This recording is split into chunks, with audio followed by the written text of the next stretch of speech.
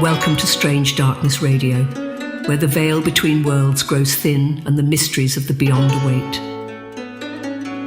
As the moon casts its eerie glow and the night's embrace draws near, join hosts Bobby, Washington and Marlee Grounds as they delve into the chilling realms of the paranormal. In the shadows, a shimmering light beckons, leading us into the unknown where senses falter and reality blurs. Amidst the darkness, a spectral figure emerges, her voice a haunting melody, guiding us through the twisted corridors of the supernatural. The toll of the mission bell resonates through the air, a foreboding reminder of the journey ahead. Will it be heaven or hell as we step into the unknown depths? With each flicker of candlelight, sinister shadows dance, revealing the secrets hidden within. Whispers echo down the corridor, tales of the forgotten and the unseen drawing us deeper into the abyss. So gather close, dear listeners, as we embark on another spine-chilling voyage into the unexplained. Welcome to the Hotel California of the paranormal, where once you check in, you may never check out. Prepare yourselves for Strange Darkness Radio's bonus episode, where the journey into the nightmarish unknown has begun on this dark highway. Let's begin.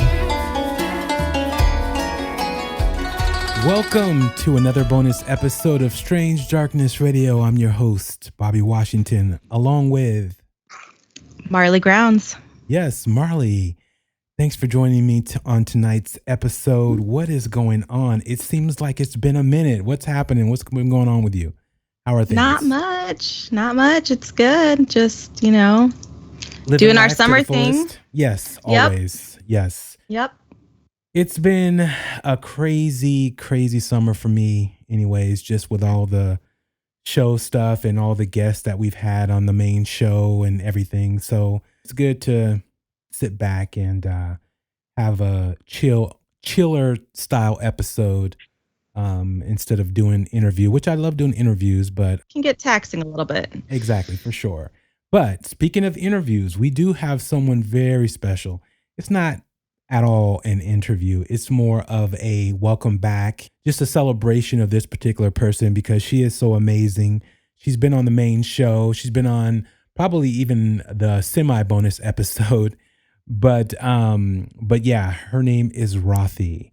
And I know you guys remember Rothy, the numerologist. We're going to actually get right into it.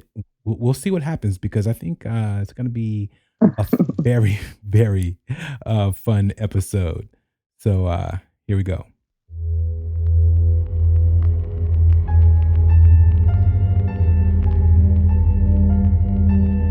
Tonight on Strange Darkness Radio, get ready for a mind-bending episode as we welcome back the unbelievable numerologist herself, Rothy, to Strange Darkness Radio.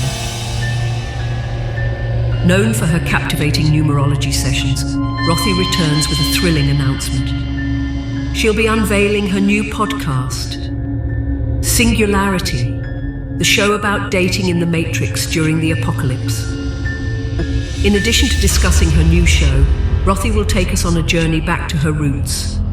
She'll share her personal origin story, revealing the childhood incident that sparked her lifelong fascination with the paranormal.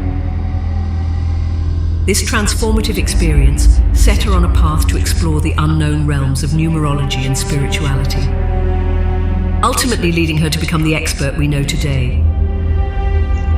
Please welcome Rothy to Strange Darkness Radio bonus episode with your host Bobby Washington and Marlee Grounds.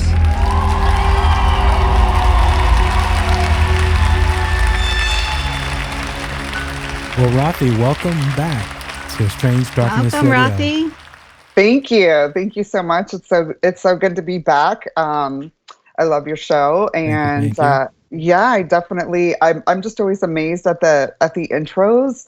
They're just phenomenal. So I'm just always taken aback by that. But thank you so much for having me on. Again, Bobby, it's always a pleasure. You know. For so sure. And nice to meet you, Marlee. Nice to meet you, Rothy. Yeah. So we'll have some fun tonight. Definitely got some good things to talk about. I think everything has kind of This week and lately in the ether, in the cosmos, I think a lot of people have been feeling some things happening, some big things happening. Yes. And so we definitely have some crazy energy going on. Speaking of that, and there are no coincidences, Wednesday, my little spirit animal cat here is just batting stuff around at the bottom. So that's just very kind of indicative of the energies right now for everybody. It's like you're trying to focus on something and so much else is kind of going on. Yes. And that has been a lot of the energy right now. So apropos, but yeah, lots of really cool and intriguing stuff going on right now. So Definitely. So Rothy, since we've last talked to you, how are things been, and what have you been up to? I mean, because you had so many different things going on, and because you're can't say the jack of all trades, the woman of all trades, and all all The woman things, of all numbers. yeah, paranormal or sensitive. So what's been up? And let's also, I want you to get into your new podcast and what it's about, and that whole apocalyptic type situation you were talking about. Yeah, for sure. So, as you have been a big part of my mentorship creatively and technically, and so you've kind of delved in and taken a peek at a few of the projects that I was working on. Yeah. I know through various different types of confirmation, as well as my own passion and abilities, that this is something that I'm supposed to share with the world. My message of awakening, essentially, out of the matrix, aka the simulation, and knowing how to do that through spiritual means, because we are quantum beings. You know what I mean? So it's the blending, it's the understanding through numerology, which is the fundamental truth behind everything in life, because everything and everyone is energy, and every single type of energy is quantified through numbers. Frequency is quantified through numbers. Therefore, everything and everyone is numbers, which is basically the binary coding to our simulation, right? Yes. And there's a whole big rabbit hole of topics, relevant topics, everything from DNA, pineal gland, things like DMT, spirituality, sensitivities, clairvoyance, et cetera, all of these spiritual things and metaphysical things that I think a lot of people are really waking up to in the past few years. I think that it's a rarity anymore to come across anybody who's like, yeah, no, I believe the news, and I believe that the charades going on in front of us are actually happening, and these people mean us good. So it's a big part of trying to help humanity wake up to who we are, who we were created to be, and how we were created to be. And there's a whole big story of how that comes together, again, through the metaphysical and the spiritual and things like numerology. So I wanted to put that into a very humorous and welcoming format. You know me, I'm funny. I like to be inappropriate sometimes. Yes. My spiritual people would be like, her Aries is in Mercury, and any astrologist will know what that means. And that means I say my stuff, right? I'm unfiltered. So I wanted to be able to kind of bring forth these more taboo type truths that people are awakening to, these days, and put it in a context that was palatable for the masses. And just trying to find, I think that every podcaster it comes up against this challenge, and really just trying to find the niche, right? Your specific niche. And then working in such a very unique field, of teaching spirituality and numerology and things like this. It's really hard. You really got to kind of carve out your own niche. And as we know, there's not a lot of people like me in the podcasting arena. So it really has been a process of trying to forge my own path and allow it to be big enough that the masses can follow, so to speak. So we've gone through a couple of different podcast, changes and I do have Right, exactly. Evolutions. I do still have the Naughty Numerology podcast. I think that that's going to stay what it is. Yes. And essentially, we really focus on numerology, and I have people on, and I do their charts.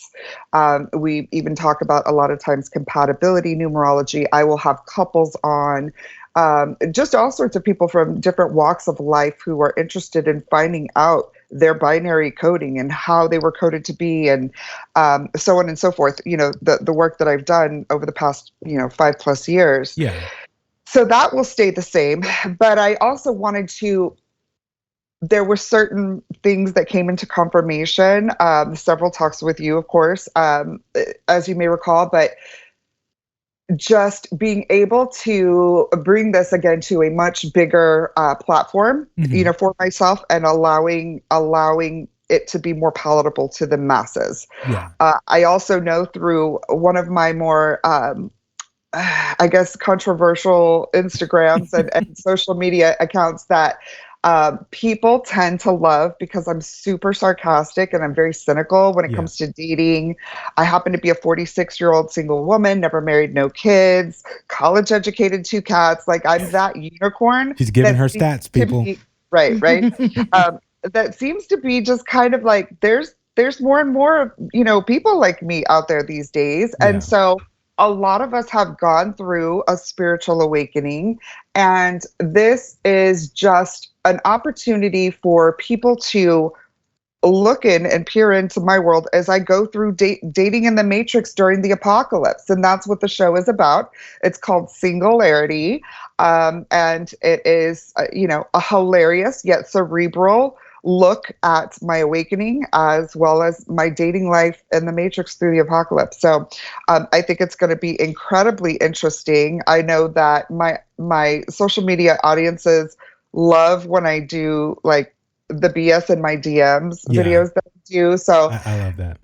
So it's a way to be able to talk about also other conversations that have changed even in recent years for the dating masses, such as, it's not necessarily about, what degrees did you get? It's more of like, hey, do you know, how are you on the 2A? How are you at growing food? How are you, that sort of a thing. Like, there's different types of conversations now that happen for more awakened people. And so this gives a platform to those conversations, and almost kind of, like a safe space to facilitate those conversations that I think a lot of people are more intimidated to have.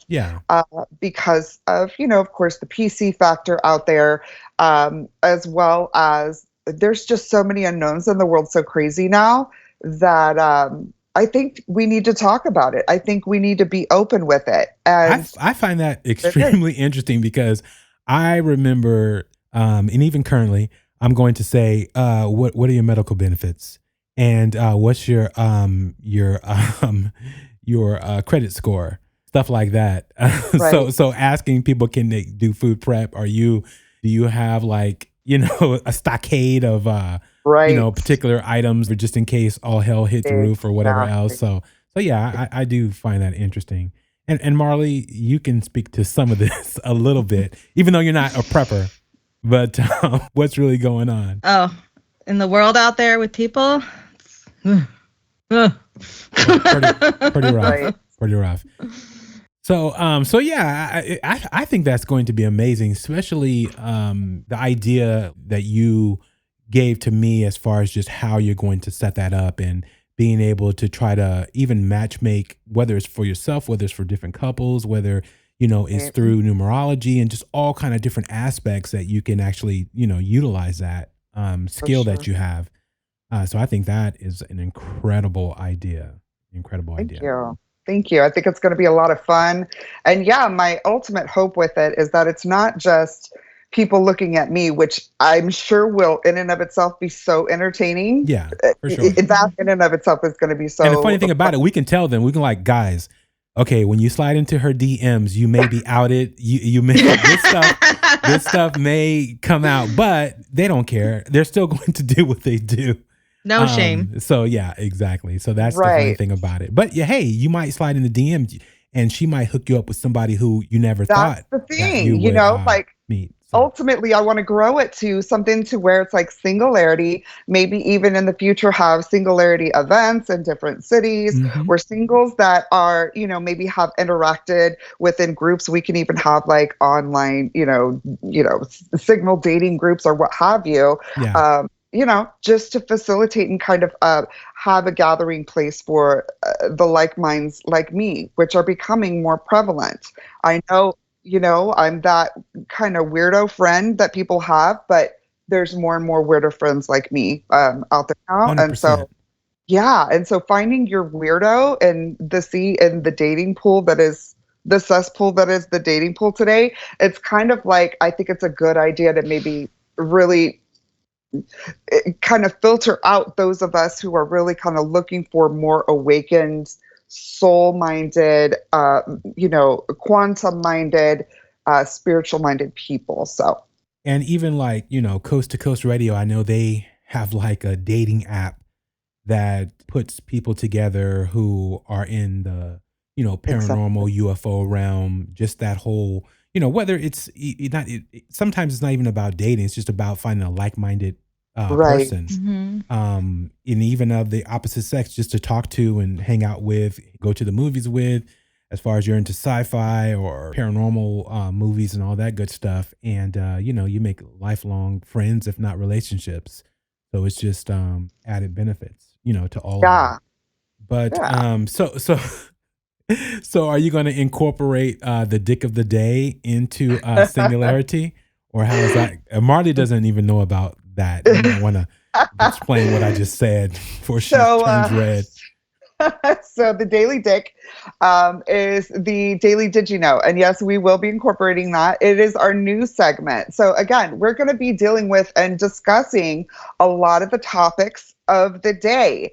Such things as, UFO sightings, or this cryptid was seen, or, this spiritual happening, whatever the case may be, or even political, presidential, what's going on with the election. Again, everything that's happening and existing and taking place within our matrix affects us. Yes. And we also affect it. And so it is all about having those conversations and really helping people to get a better grasp of where we're at with that, and allowing them to connect with one another, right? Now, the Daily Dick part of it, this is the Daily Did You Know? It's basically our news segment where we're going to be talking about, the news of the day, basically where we're getting screwed. So yes, it is. I never heard you put those two together, but I love it. Like one of the most apropos double entendres ever in history. So yeah, of course we got to include the Daily Dick. Yeah. Awesome. That's amazing. So yeah, so definitely look for this new podcast that's coming out. And again, you can slide into our DMs and possibly make the show and possibly, make a love connection. You never know. It's all possible. So definitely. Well, I want to also, again, I know we're not done with the subject because we'll still pepper you guys with, this information and what's going on. But also let's talk a little bit about Rothy's origin story. Can you tell us a little bit about that? Yeah. And I'll do my best to keep it as concise as possible. It's a big story. I have a big fish life, just like my dad did. And some pretty unbelievable things happened in my childhood that were the catalyst of my fascination and, headfirst swan dive into the paranormal, probably as a teen initially. But starting out, I'm from El Paso, Texas.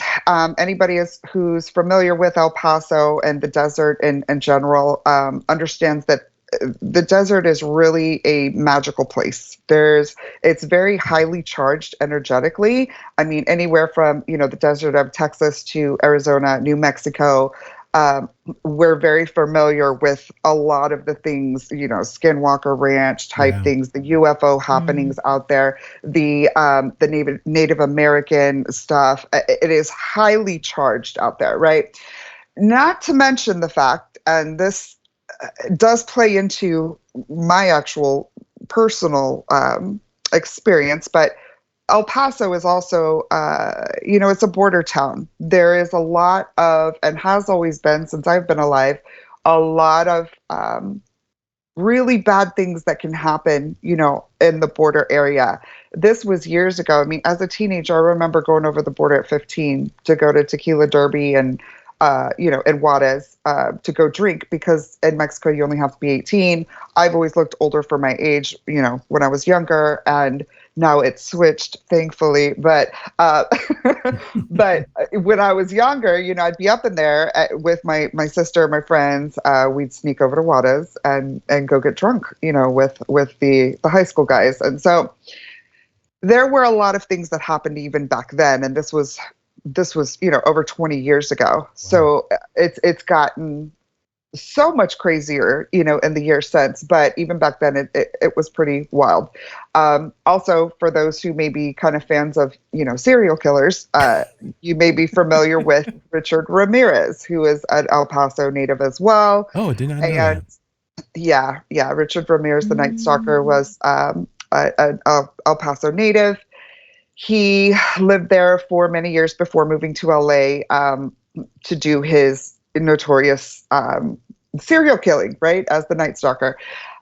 So what's really crazy about this is my father and my uncle, I call him my uncle. He's not uncle by blood, but he was one of my dad's best friends growing up, and me and their kids is like my cousins. They're my best friends. At my dad's funeral, I stayed at their house versus my actual blood family, not for any reason other than, they've been my family too forever. So, but my uncle and my father knew and ran in circles with Richard Ramirez when I was a child.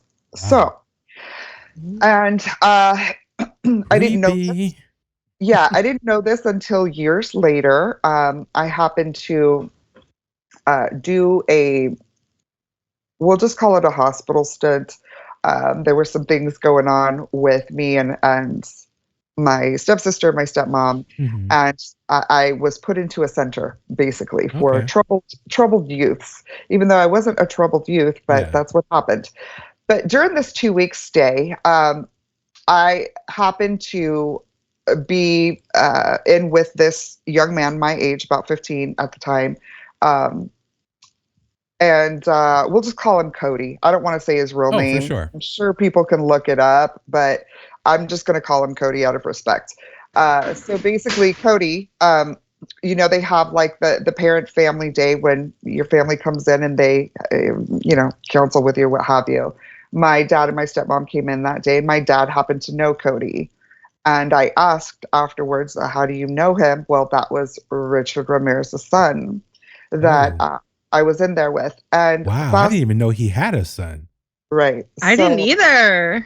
Right. So my dad was more friends with his ex-wife and my uncle was more friends with Richard. Right. So years later, 2021, my father passes away. And so I'm speaking to my cousin and my aunt about this situation that I'm about to tell you, okay, with the whole experience and how I thought it happened, which was one day Richard must have been there because it was just a short amount of time that these happenings took place in my house as a child. And it was during that time. So I, for a while, attributed it to the fact that I think that my dad and one of his band days, and he was into drugs and stuff back then, brought Richard Ramirez to my house. So I know he was there a couple of times. My memory is vague with this. And again, this is me piecing things together over the years. But that's what I thought initially it was that introduction of that person into our house. Because at the time, we learned years later, at the time, these were the same years that he was doing the satanic rituals at the Concordia Cemetery in El Paso, which is notorious now. You can go on tours and they talk about him and how he would go to this one tree and do his rituals there. So these were those years that he was doing that before he moved to LA and began his actual murder spree. So what had happened, essentially, is I want to say I was about 9 or 10 years old. Okay, so old enough to know better, between imagination, make believe, and other things, right? Yeah. My mother and I lived at this house by ourselves, right? My parents were divorced for many years at this time. My dad lived on the west side of town, and it was just me and my mom. And so, because we lived in a big 3-bedroom house, I would just sleep in her bed. There's no reason for me to sleep all the way across you know what I mean, the house. So I would just sleep in her bed. And her bedroom was the furthest room from the front of the house. Now, I remember, if you've ever seen the movie Friday, or you're probably familiar with this, being as you're in California, Bobby, but like the homes that have like the iron bars on the windows and the doors, the front doors, right? Yep. And on the front door, that screen is a hard mesh screen. It's like a cheese grater screen. Exactly. It's not like the Florida patio screens where you could cut through it with a box cutter or something, right? It's like literally hard. Yes. And on those doors, I think they're all the same. Basically, you've got your lock at the bottom on the handle, then you've got your deadbolt lock, and then you've got the lock that is a deadbolt that you can only open with a key from the inside and the outside. So you literally have to have your key to get in and out of the house with that deadbolt on those doors. Okay. I know this as a child because it's like, what? That's so specific and random. But I remember this as a child because I had to do fire drills. We had keys hanging by the windows just in case we had to get out, all of these things, right? I did that too in California. Okay. So, good. Validation. So basically, we lived in this house for probably 10 years at the time. Nothing had ever happened. And all of a sudden, one night, I'm literally just talking to my mom about this 2 days ago. We've had, I want to say, 2 or 3 conversations about these experiences in our lifetime, just because it's just we've only talked about it a few times, but this was a full clarification. I was like, Mom, what do you remember about this? Because I wanted to know how much of this was my imagination. It was so profound that still to this day, it's what catapulted me into my fascination with the paranormal. So essentially what happened through my experiences, I'll talk about my experience with it, and then I'll go through the details of what she said. There were 2 nights that this happened. The first night evidently dealt with the cats. We had 2 cats. One of them was in the house at the time. The other one was on the sill of the window outside of the bedroom window. And it was either full moon or a light post or something, but you could see the silhouette of the cat. And essentially, my mom said that she was experiencing voices in her head. I didn't hear the voices this night. This is Wednesday. Sorry. Yeah. I didn't hear the voices this night, but I did know something was going on. I think I awakened when she was praying. And what she told me was that she heard voices and they were coming at her. And so she put her head under the covers. And she said what she saw under the covers, and this is the first time I've heard this, and I didn't experience this, but she said she saw little flecks of light fading out, almost like a sparkler under the covers, and the voices were coming from these lights. Oh, wow. Now, this is interesting because I had an experience with these things later on in life, but I did not see that night. The only thing I experienced that night was the cat. And what happened with the cat was she was praying with our Christian friend who was a pastor, and rebuking out the demons, right? And so as she's doing this, all of a sudden I just hear when a really bad cat fight happens, it sounds vicious. It's really wild and screams, and it was that times 1,000 guttural, horrible, terrifying screams in this cat. And then it just went into a very low guttural growl. And I'm seeing her freak out in the silhouette, on the windowsill. And as it went into the growl, she jumped down, and she was missing for 2.5 months after that. When she came back, she was very skinny. And oh man, yeah, so beat up. she did not want to come back around that area. She was, right. Yeah. Wow. Yeah, and I mean, very similar to kind of like that story in the Bible about pigs. I think what happened was obviously my mom was, um, praying and casting out demons, and they went into the cat, and that's what happened. So at least that's what it seems like, and what we tend to believe. Yeah. So then the second night, speaking of cats, she's all over my thing right now.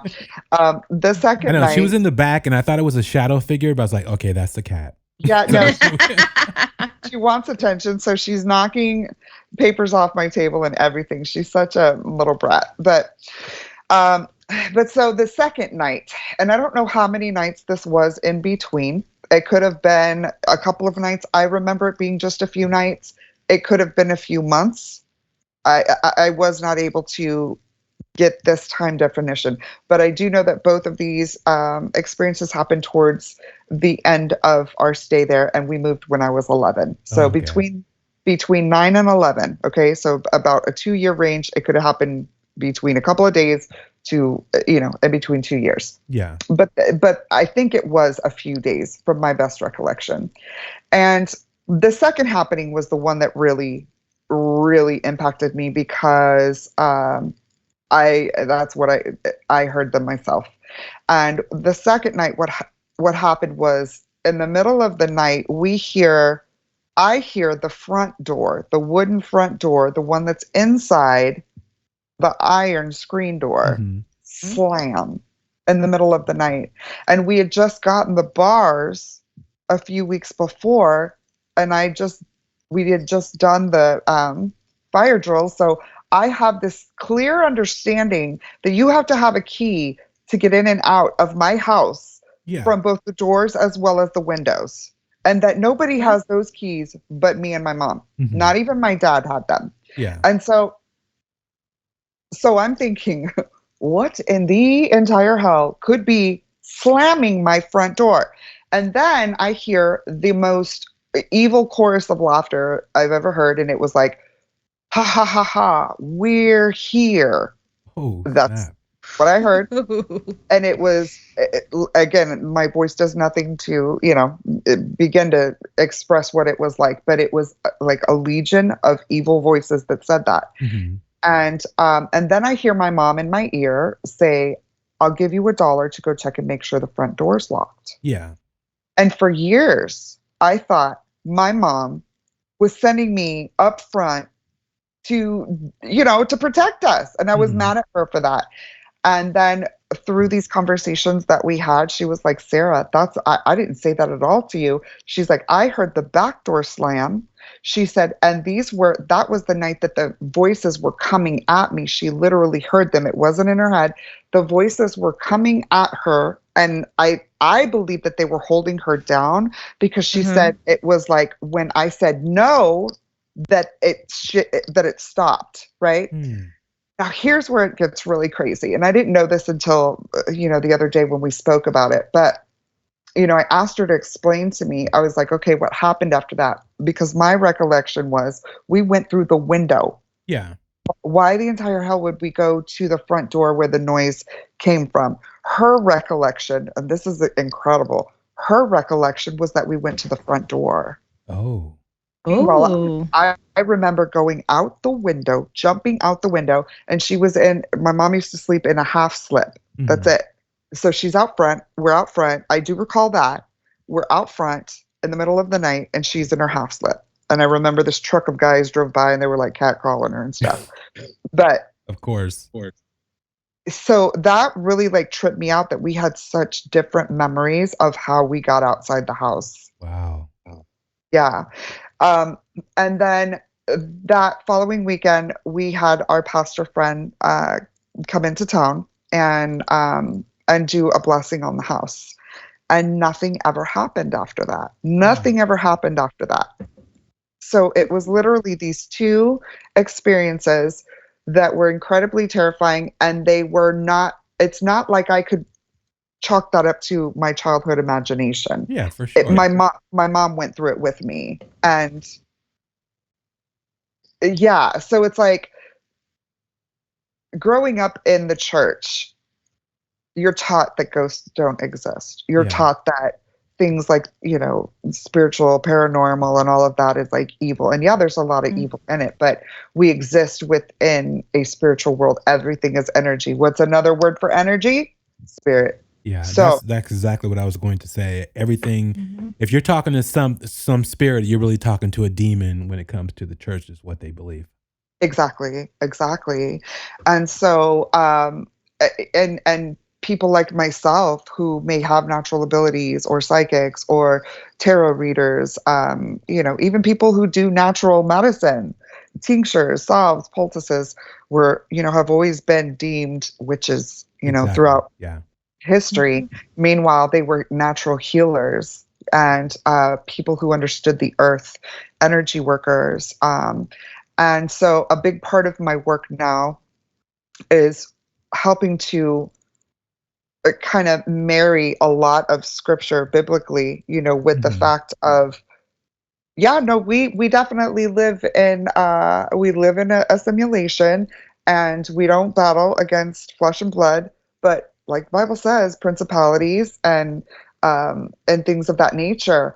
Now, I am not, even though I still have my faith belief, Yes. I am not a fan of religion at all. Like, let me just make that clear. I don't go to church. I don't believe in church in that way of like the building funds and 501c3. That is like, that to me is no, that's You don't want to complete buy any opposite. pastors, any jets or anything like that, or any. No, I'm not with those. Like, I'm not with that stuff. So but it's taken a lot of many years of researching.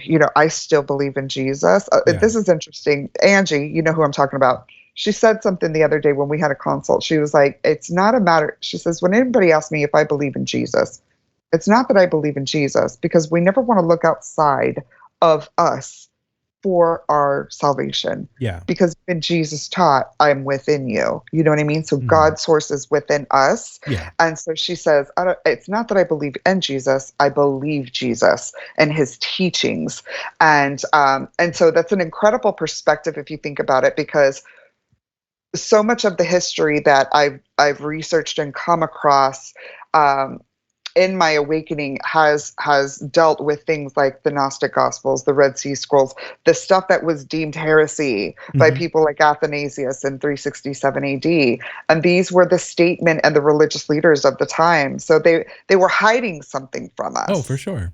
And so a lot of what my work is trying to marry history, like actual archaeological history facts that we have found, with the teachings of Jesus, and others in the Bible, and kind of marry that to a fuller understanding of who we are as both physical beings as well as spiritual beings, without the religious perspective and the legalism that clouds everything up. Yeah. Because if it comes from a fear-based perspective, if it's a fear-based thing, it's not of God, or it's not of our higher self, or it's not of the universe, or whatever you want to call your higher power. It's not of that if it's coming from fear and warning and all of that, right?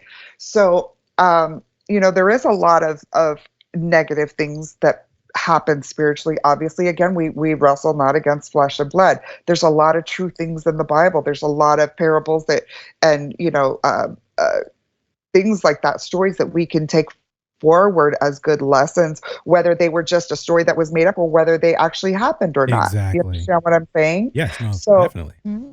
So yeah, that's a lot of what my work is trying to do is to help bridge the gap between those who have been religious, which religio in the Greek Latin origination means to become enslaved to the law, legalism, traditionalism. It's all about you do what's right according to what you have been told, versus what Jesus said, which was to seek and you shall find. Exactly. What versus things like you will do greater works than even I. You know, Yes. Jesus was a mystic. He was a man who, for many, many years, they don't have this in the Bible, but he went to learn he went to Asia, he went to India, he went to all these He went to places. Egypt, went to, yeah. Exactly. And he learned with a lot of these spiritual people the different practices and ways that that we were all created to be able to manifest the miracles that he did and then some.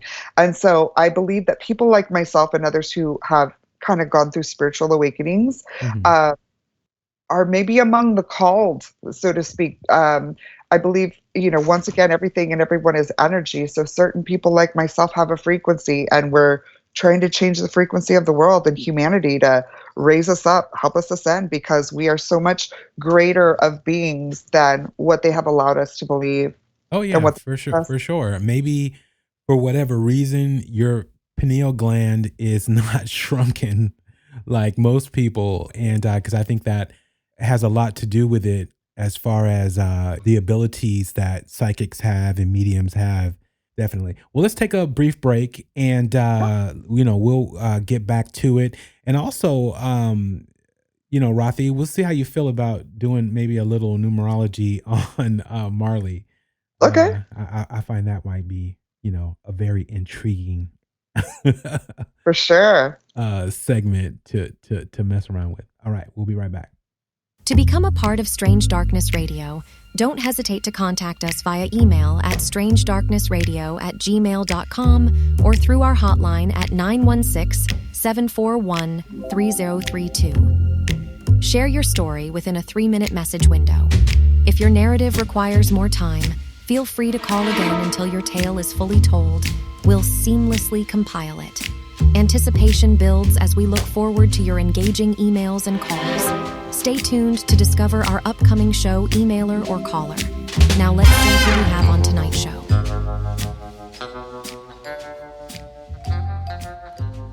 We have Rothy.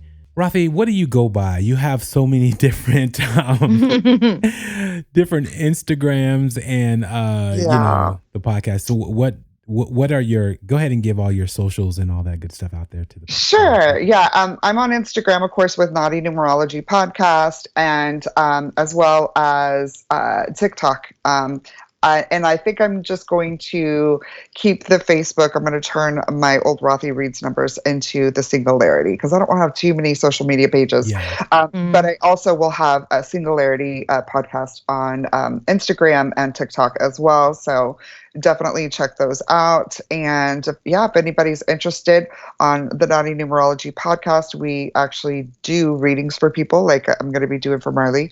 And then for Singularity, I mean, who knows? Like, I think sky's the limit with the opportunities and options and possibilities with segments. I think the naughty ties into the singularity, so it's going to be very interesting.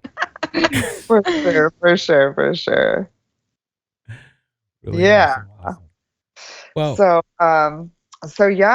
I'm excited about it all. So reach out to me. Do you have an email? Can they hit you up via email, or is it just better to go through Messenger on Facebook, or what do you suggest? Yeah, they could. naughtynumerology@gmail.com, and also singularitypod at gmail.com. And Singularity is not spelled singularity. It's single, SINGLE, and then LARITY, Larity. So awesome. Singularitypod at gmail.com. Cool. And we will have that in our show description for you guys to find and either click on or highlight it, and send her a message. And again, maybe you could take the Pepsi challenge and see where Pepsi challenge, see what life brings you. But yeah. All right, let's get into, see if we can get into a little bit of Marlee, since she's been quiet in the backdrop. Okay. Bring her out of her comfort zone a little bit.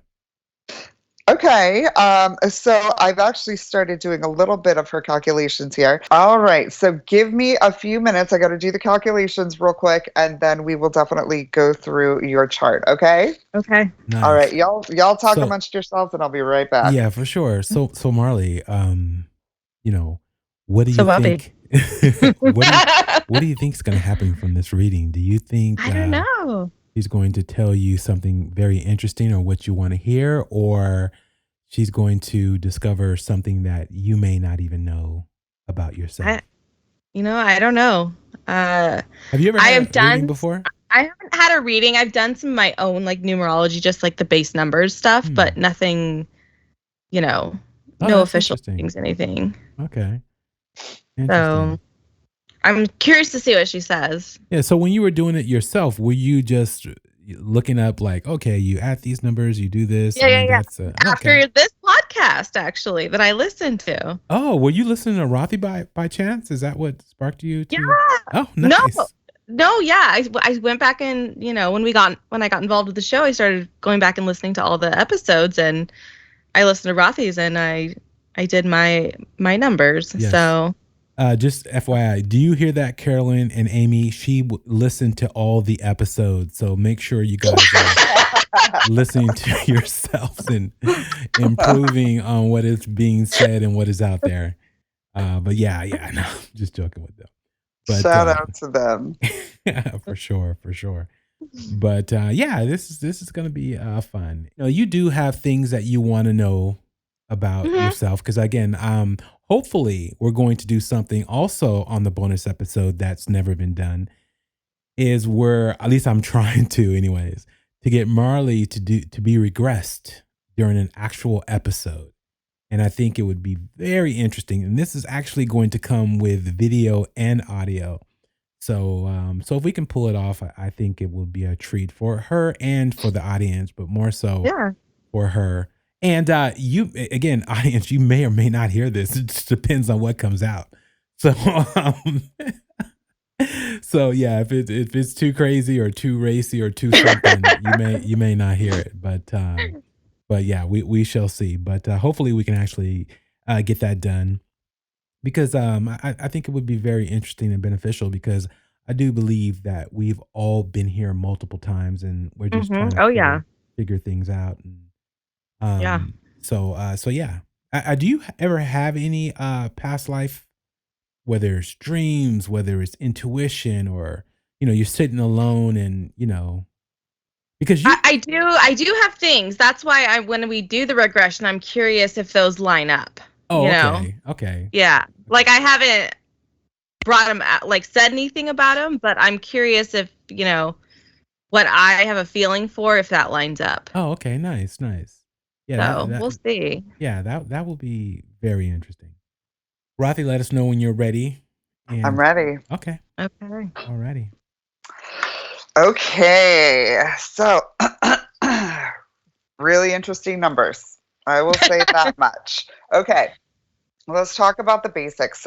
Just really quickly, I'm sure you're probably a little familiar with it, but just to kind of review for the audience. So in personal numerology, kind of like your astrology, you have 5 different numbers in your chart.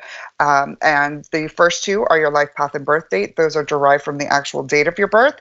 And then you have your expression, your personality, and your heart's desire numbers. And those are actually calculated based upon the spelling of your name, okay, from the letters. And your life path and birth date, probably 2 of the most prevalent numbers. Your life path is your destination. That's your purpose. That's the reason that you're here. So as far as in a timeline perspective, it is more so the destination energy versus the birthday number, which is your journey energy, your everyday energy, right?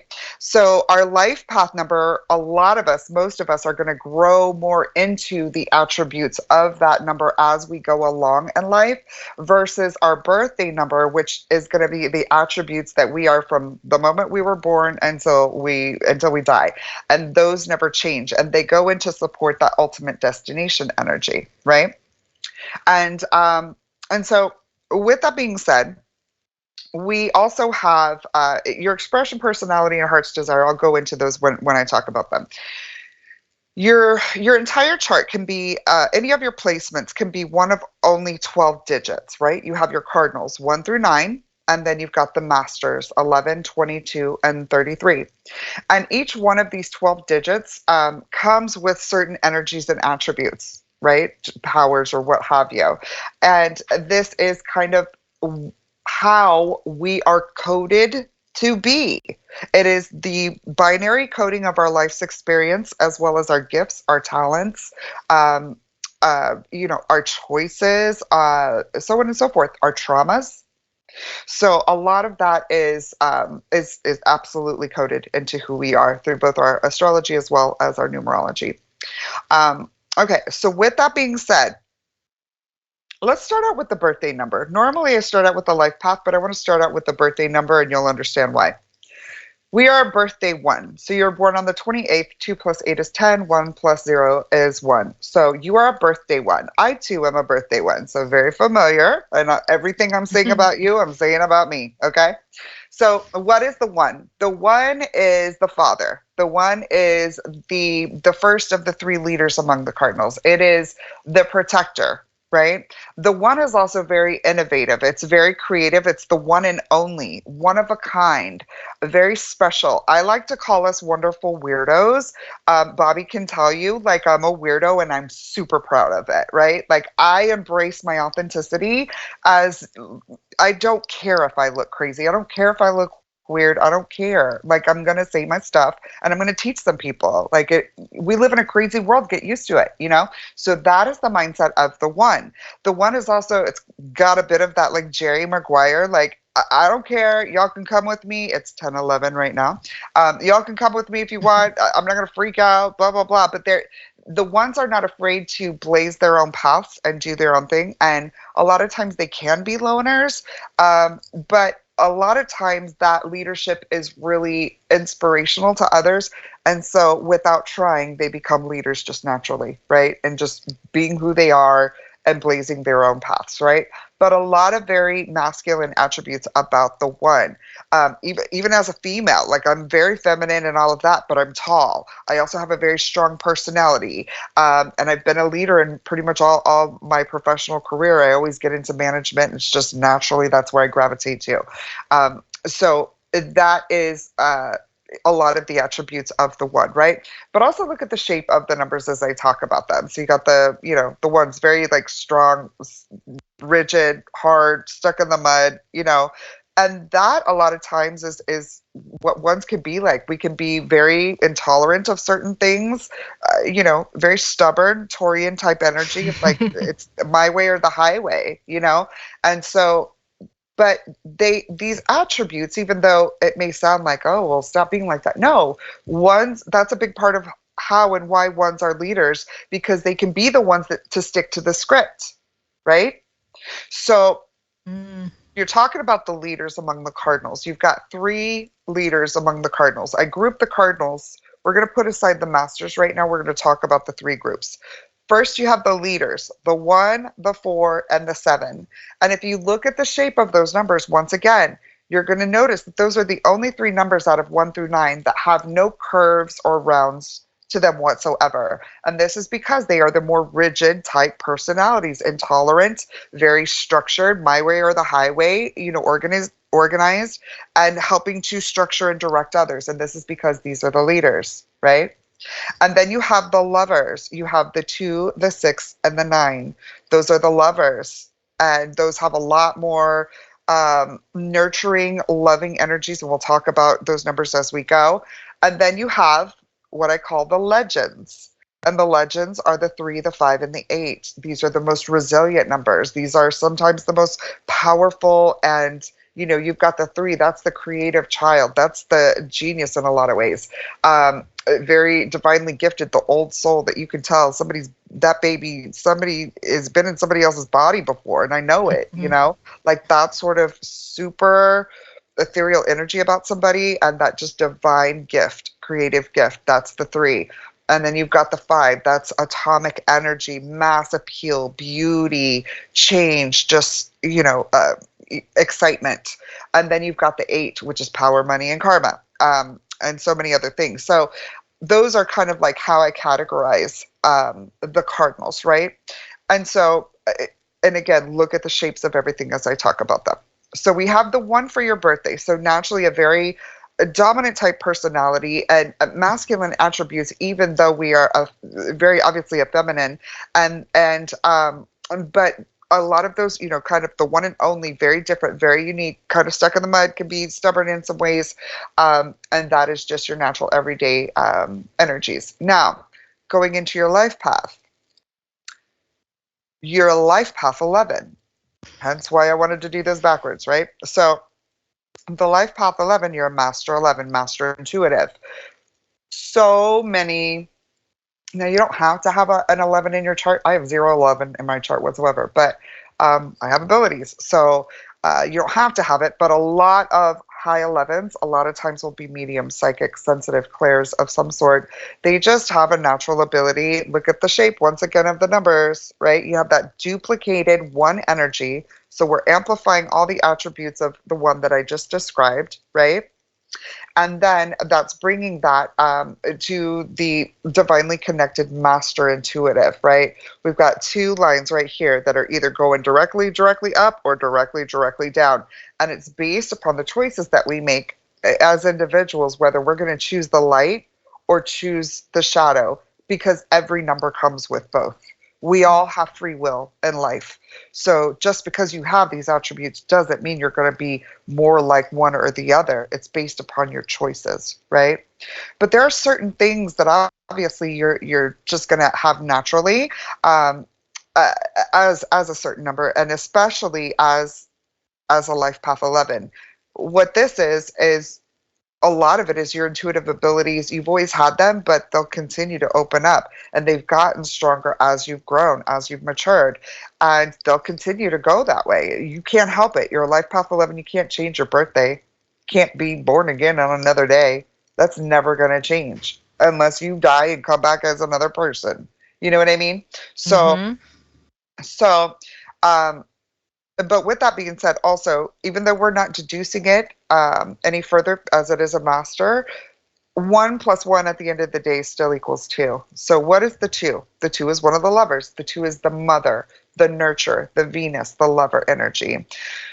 So 11s, a lot of times, even though we have that amplified hard master or hard, masculine energy of the 1, duplicated in that 11, we're still also bringing in a lot of that loving, nurturing Venus energy. A lot of 11s that I know also love to do things like cook, or they will interpret, they nurture, they have a natural like mothering about them. They'll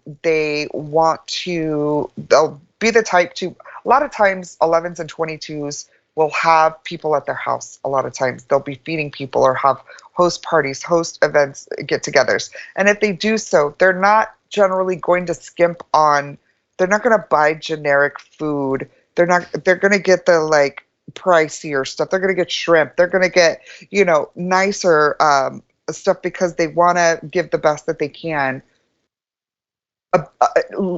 Food a lot of times is a love language to 2s and to 11s, okay? It just is. It's just common through pretty much everyone that I come across. They either like to barbecue, they like to bake, or they like to cook, or they like to eat. They'll, they interpret it, but it's love, right? And the 2 is love.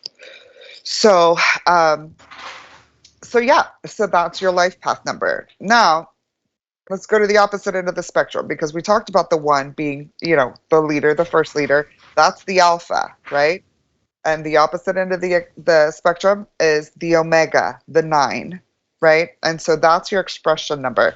This is where it gets really interesting with your chart, because you've got completely opposing energies there. This isn't necessarily a bad thing. In fact, a lot of times it's a good thing, and I'll explain why. For instance, the 9. The 9 is, that is the healer. It's also the closer. As again, it's the omega. Look at the shape of it. Closing in that circle, right? Closing up that cycle. The 9 is a closer. So as an expression 9, expression number is how and why we do things based upon, of course, our charts, but experience, environmental factors, influences, so on and so forth. So the 9, is basically somebody who is very open. I also call the nines shapeshifters because they're comprised of every other number in the cardinals. Therefore, they have an ability to transmute their energy a lot more easily into other numbers and vice versa, which means they're just a lot more relatable. Nines are a lot less judgmental most times, and they are the type of people that understand that hurt people hurt people.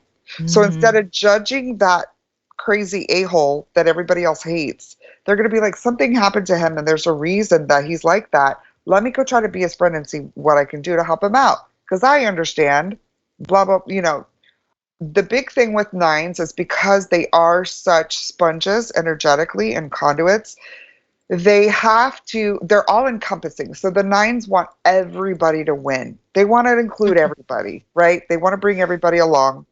And nines are notorious for giving too much of themselves and not enough to themselves.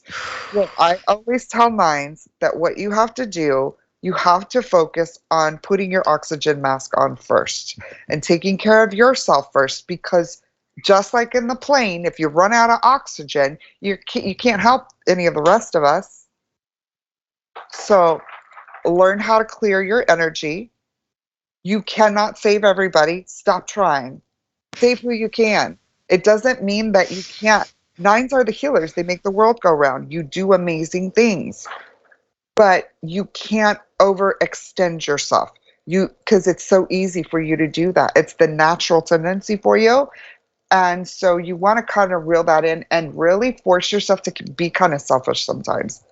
With nines, it's just, you only have one nine in your chart, but it is in a pretty prevalent place at the expression. So it's how you operate, right? It's your MO. Yeah. And that can be dangerous if you have no protection, just to be straight up with you, especially for nines, because they're such empath, they're such conduits. So learn how to protect your energy, learn how to clear your energy, and don't think that you have to save everybody, because you don't. Be more picky with that. You know what I mean? Yeah. Well, I feel all of that, honestly. I've had literally that conversation this week. So I'm sure it's not a coincidence. Right. It's a confirmation, if anything. Yep. You know what I mean? So just kind of revisit that conversation and the things, the topic points, and if there are ideas or plans, steps that you want to take to really kind of change that or start, evolving those attributes and funneling them and channeling them. It doesn't mean that you can't have them. It's just a matter of channeling them better to where you are putting out less and you're being supplemented more. Mm-hmm. You're being filled in, you're being poured into, and not pouring out as much, right? And you're careful of what's being poured into you, because you understand that alchemizes through your quantum metaphysical body, right? It's where the spirit can affect the physical, and that can affect us as human beings, as physical human beings. It can manifest. Energy, bad energy, and nines can manifest in us all, but especially in nines, can manifest into physical things. So you want to be very careful about the energy that you take in. You want to take in less energy you want to take in more energy rather, but good energy, and you want to put out less energy. It doesn't mean you can't help. It doesn't mean you can't be amazing and save people, but take care of yourself first. You know what I mean? Type thing. Okay. Does it surprise you that I work in healthcare? Not at all. Not at all. Not at all. So, okay. Yeah. And that I sigh, because it's one thing to have to say no to your friends who may rely on you to be that. And I deal with this sometimes too. Of course, being a spiritual person, I'm everybody's mentor. I'm all my friends' mentors. Meanwhile, be straight up with you. Half the time I want to break down and I want to talk to somebody, it's hard being an energy worker in some ways. You got to be kind of your own guide sometimes. But I can relate with where you're at with that, because it's a lot easier to say no to your friends, even if you care about them, than it is to maybe somebody who is alone and possibly passing away, or may need just like, oh my God, my heart goes, it's 111 right now as I say that. Like, that has got to be an amazing career for a 9. But at the same time, I don't envy having to say no. I'm just going to say that as bluntly as it came out, is like, I don't envy you, and the fact of learning how to say no. I don't know how I would do that. And Bobby can tell you, I can cut people with my tongue. Like, I don't have a problem saying my stuff. And that, even to me, the thought of that is really daunting. So I will say this.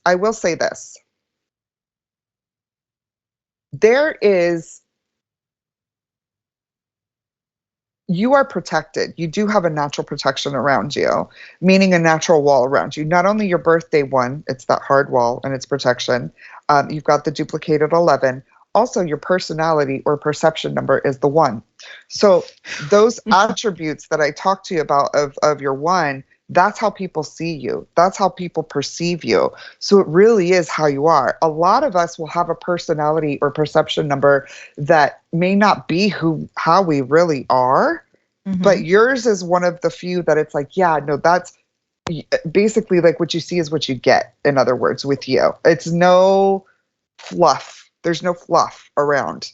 It's what you see is what you get. You're not trying to be something or somebody that you're not.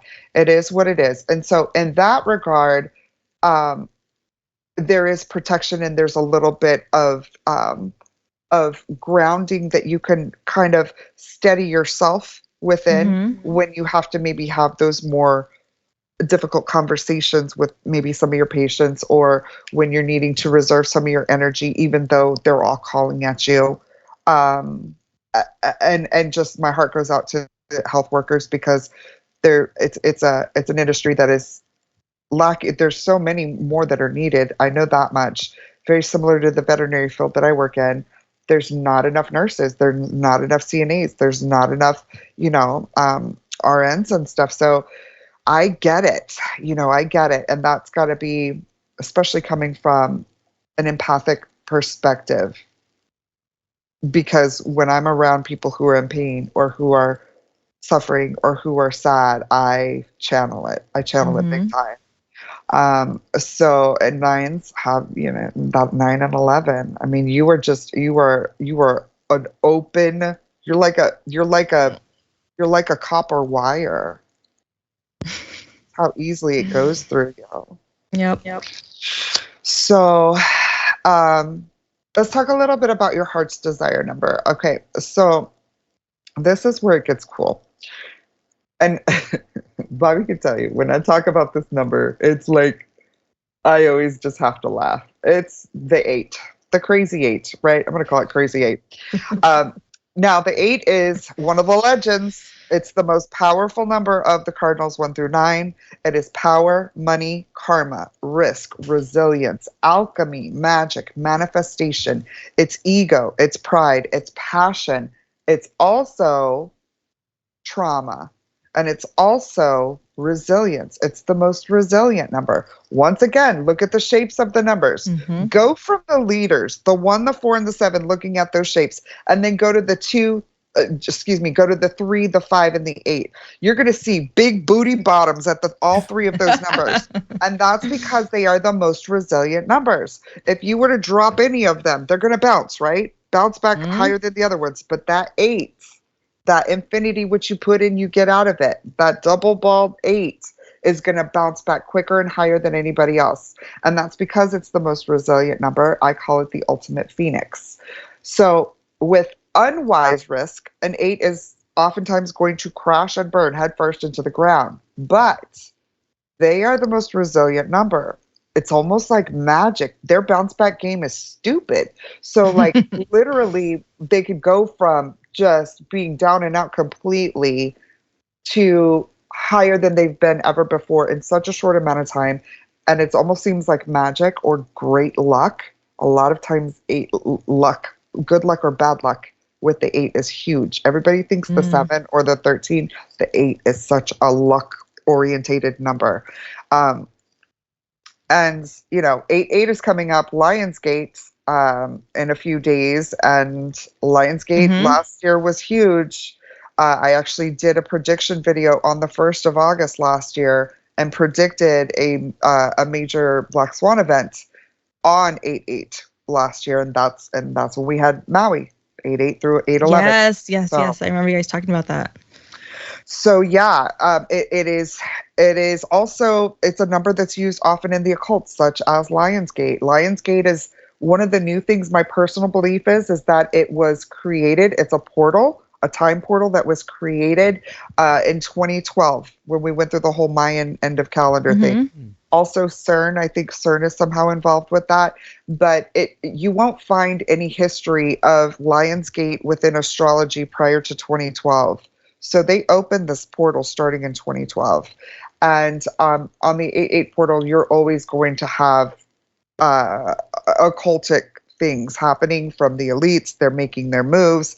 They're doing big things on these dates, whether we see it or not, right? But 8/8 is going forward, especially in an 8 year. 2024 is it's an 8 year. So we have the triplication of the 8s this year on August 8th. So just a little bit more about the 8 in general. It's such a powerful number. It's such an impactful number. And as a heart's desire, what this tells me is that, yeah, you do want money. There is a money factor. And then I'm pulling this empathically, like this, intuitively, this is what I'm reading into you. Generally, if I'm just talking in general, somebody with an 8 heart's desire either wants to get karma or they want money or power. It seems like a very selfish type thing. The 9 and the 11 and this completely changes this chart. And the fact that this 8 right here, yeah, it's good. You do want to get ahead. You do want to have influence, because 8 is also influence. There's something about this that you want influence. You want to be influential to somebody.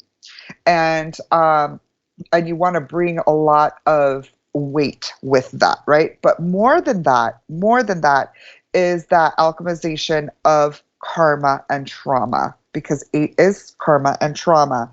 So what this is telling me is your entire chart together with that heart's desire 8 is somebody who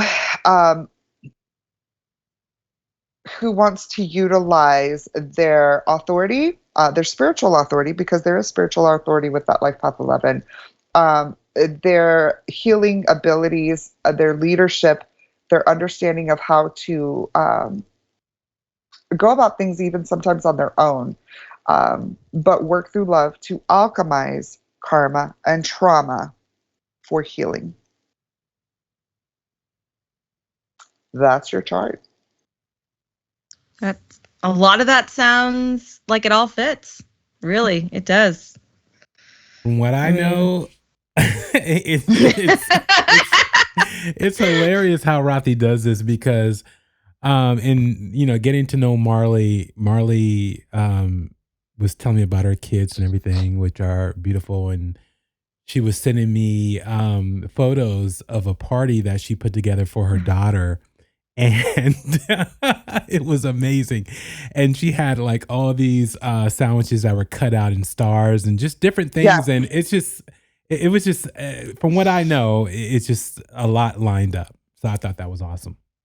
Yeah. Yeah. It's so funny to me, especially talking about 11s. And that's one of the things that it's like, when I say it to them, they all kind of look at me like it's such a weird, random, specific thing. But 11s always, 11s and 2s always love to nurture with food.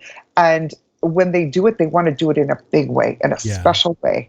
Yeah, which was awesome. It's like incredible, So, but yeah, that's why I'm saying, and when it's so prevalent with so many people that you talk to, it's like, this is more than me just like kind of tuning into them.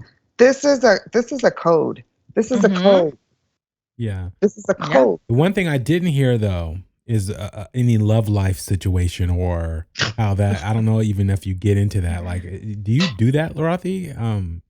How does that work? So what I'm learning more so about this is I can do an intuitive reading and really just kind of go in, get my crystals and my Palo Santo and just kind of tune into Marlee if she wanted to take time to do that. Yeah. But with numerology, I'm almost kind of like reading the coding for the most part. Yeah.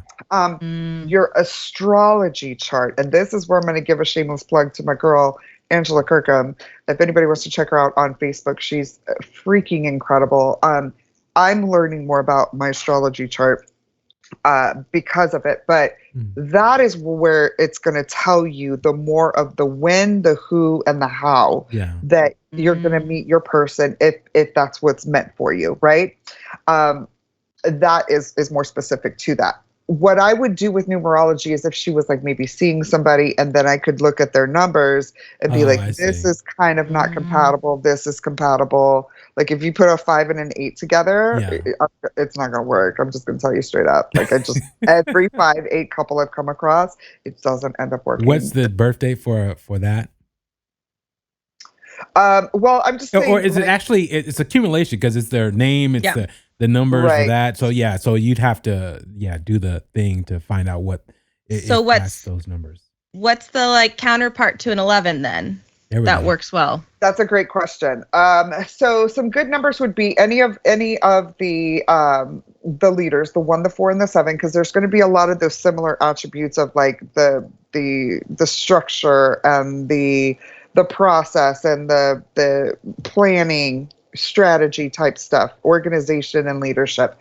So there's going to be a lot of those natural attributes that are commonly shared, but also the 2, because there is that duplication of that 1 does bring in some 2 energy. I would also say, I mean, any of the masters could really go together.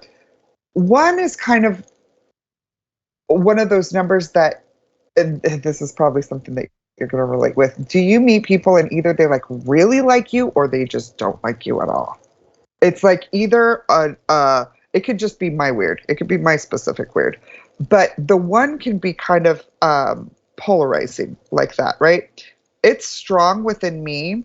But I think that with the 1 and the 11, there's hardness to it, is what I'm trying to say. So there's going to be some like contrast with people, right? In any of the numbers that you have. If you look at the 8, I could take a look at all of those numbers next to the 11. You want to talk about 8-11? Let's take a look at Kanye West. That's an 11 life path, 8 birthday. So yeah. And right? You too could be walking around in spandex and right, and masks and stuff, right? And but we see that like crazy 8. That's because that's the amplified 8, right? But then you take a look at people like Kyrie Irving, who's an 11-5. Kyrie is so he's from the Dallas Mavericks. I don't know if y'all are basketball people. Like, okay, so like Kyrie Irving, we've seen what he's gone through in his career, the challenges that he's had, how they kind of demonized him for like doing his own thing. Kyrie is all about love. Of course, I've done his chart and I'm obsessed with Kyrie Irving, by the way. But if you look at that 11-5, that's atomic amplified energy, mass appeal, beauty, magnetism, versus, and if you look at Kanye and Kyrie and a little bit of their careers and you compare it, they've both kind of had similar controversies. If you want to talk about some of the things they mentioned online and certain sects of people that got upset with them for saying certain things and et cetera, they kind of have those similar things, right? But look at how they react to things, right? Look at how they move in life. Kyrie is far more graceful. He is he's going to stand his ground. He's gonna stand on that truth. You're not gonna move him because he knows that he's divinely connected. He knows that he's chosen, right? Yeah. So he's not gonna move, right? But he's gonna do it with grace and he's gonna do it with magnetism, mass appeal, and love. Whereas Kanye is gonna crazy 8 on you. Yeah, exactly. Okay, so a little bit of whatever number that you have is going to be an amplification, right? There is going to be amplification of you into that partner. So I don't want to say that there's any specific number. Yeah, the ones and the twos, first thing that comes to me, those are, and of course the leadership, but you've got a whole chart of different numbers that are going to be coagulating with their whole different chart of numbers. So that's why compatibility readings, when I can take a look at both charts and really kind of break down and specify, okay, this works here versus here, this works here versus here. But I have done that with a couple of like celebrity couples, like I did Bunny XO and Jelly Roll. And when I do those type of readings, compatibility chart readings, it helps to give a better, clear understanding of how I kind of pair those numbers together and how they can work in conjunction. So, but yeah, I hope that answers that question and that wasn't too much of a ramble. No, you definitely did. And I still think you nailed it because, you know, how I met Carolyn and Amy were through a group that were seeking paranormal things and so on and so forth.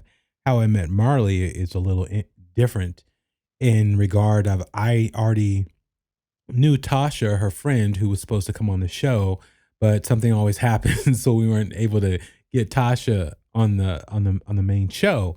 And I saw a picture of Marlee, and I was like, oh, Jesus, she looks intriguing, and it's just something that drew me. I was like, I know she really wants to do a podcast or talk about the paranormal and everything else. So I was like bugging her for the most part. And but yeah, it's just something that drew me to her. And yeah. And so I get that. What I know about you, and you know from your reading that we did, is that you've got some of those intuitive things too about you, Bobby. And I think that it's you know, you kind of seen into me into some things too, you know, kind of why you're one of my mentors in a way. But yeah, I can completely see that you would notice that about her, that she'd have that kind of like intuitive, or just that energy about her and those attributes about her, that she'd be open to this and good for it. Yeah, definitely. Rothy, thank you so much for joining the show. Thank you, Rothy. For sure. Thank you. People, if you want your reading done, if you want to get your numbers and go down the Rothy, rabbit hole, which is incredible, I think you definitely should hit her up, and hopefully she'll take the time out to give you one, and hopefully you'll make it worth her while also, because she is amazing at what she does. Trust me. And it was a fun show tonight. And Marlee, hopefully, you gained a little bit more insight into certain things, which, I'm pretty sure you kind of know a lot, because again, who you are and what you do, people don't really understand. Because if you knew about her 14 jobs and what her main job is and what she's done to have that main job, you'd be like, oh shit, like what's going on? Yep. Yeah. Well, it was nice to meet you, Marlee, and thank you for letting me do your chart. And I think it's always a fun time for me to help people understand a little bit more about numerology and how it's the coding to everything that we're experiencing right now. So yeah, I'm more than happy to help others. If you want to hit me up, naughtynumerology@gmail.com, or you can follow me on social medias. And again, look out for Singularity podcast coming as well. Awesome. And I want to come on your show too, because I'm, really interested. That'd be fun. Yeah. I think it'll be amazing. It'd be really fun. Yeah, you both are invited. If you want to do it, we'll schedule you and get you in. Nice. All righty. Well, Marlee, all right, Bobby, about tonight's show? Were you good? Are you? No, okay, this is only the second one, so I know. No, it's all good. It's all good. I loved it. It confirmed a lot of things, especially things that have been brewing around. And, we got new moon, Mercury in retrograde, and then, 8/8, it's coming up. So I think we talked about a lot of good things. So her superpowers will be exposed. Yep. So watch out, people out there. I know. She'll be on the prowl. But again, from us, there's more to come, because we're doing some ghost haunt investigations. all the whole 9 yards. So we have a lot more coming on the bonus episodes of Strange Maybe some Darkness Radio. cemetery traveling. Who knows? Yes, exactly. That sounds See so what fun. really goes bump in the night. All righty. Good night. We are out. All right. Night. Good night, guys. We've had a fantastic time on tonight's bonus episode of Strange Darkness Radio, and we appreciate you joining us. If you have your own strange and eerie experiences to share on our show, please reach out to us via email at strangedarknessradio@gmail.com or by calling our hotline at 916-741-3032. We're eagerly awaiting your stories. Please leave a review and subscribe. Join us at the Hotel Paranormal. Until next time.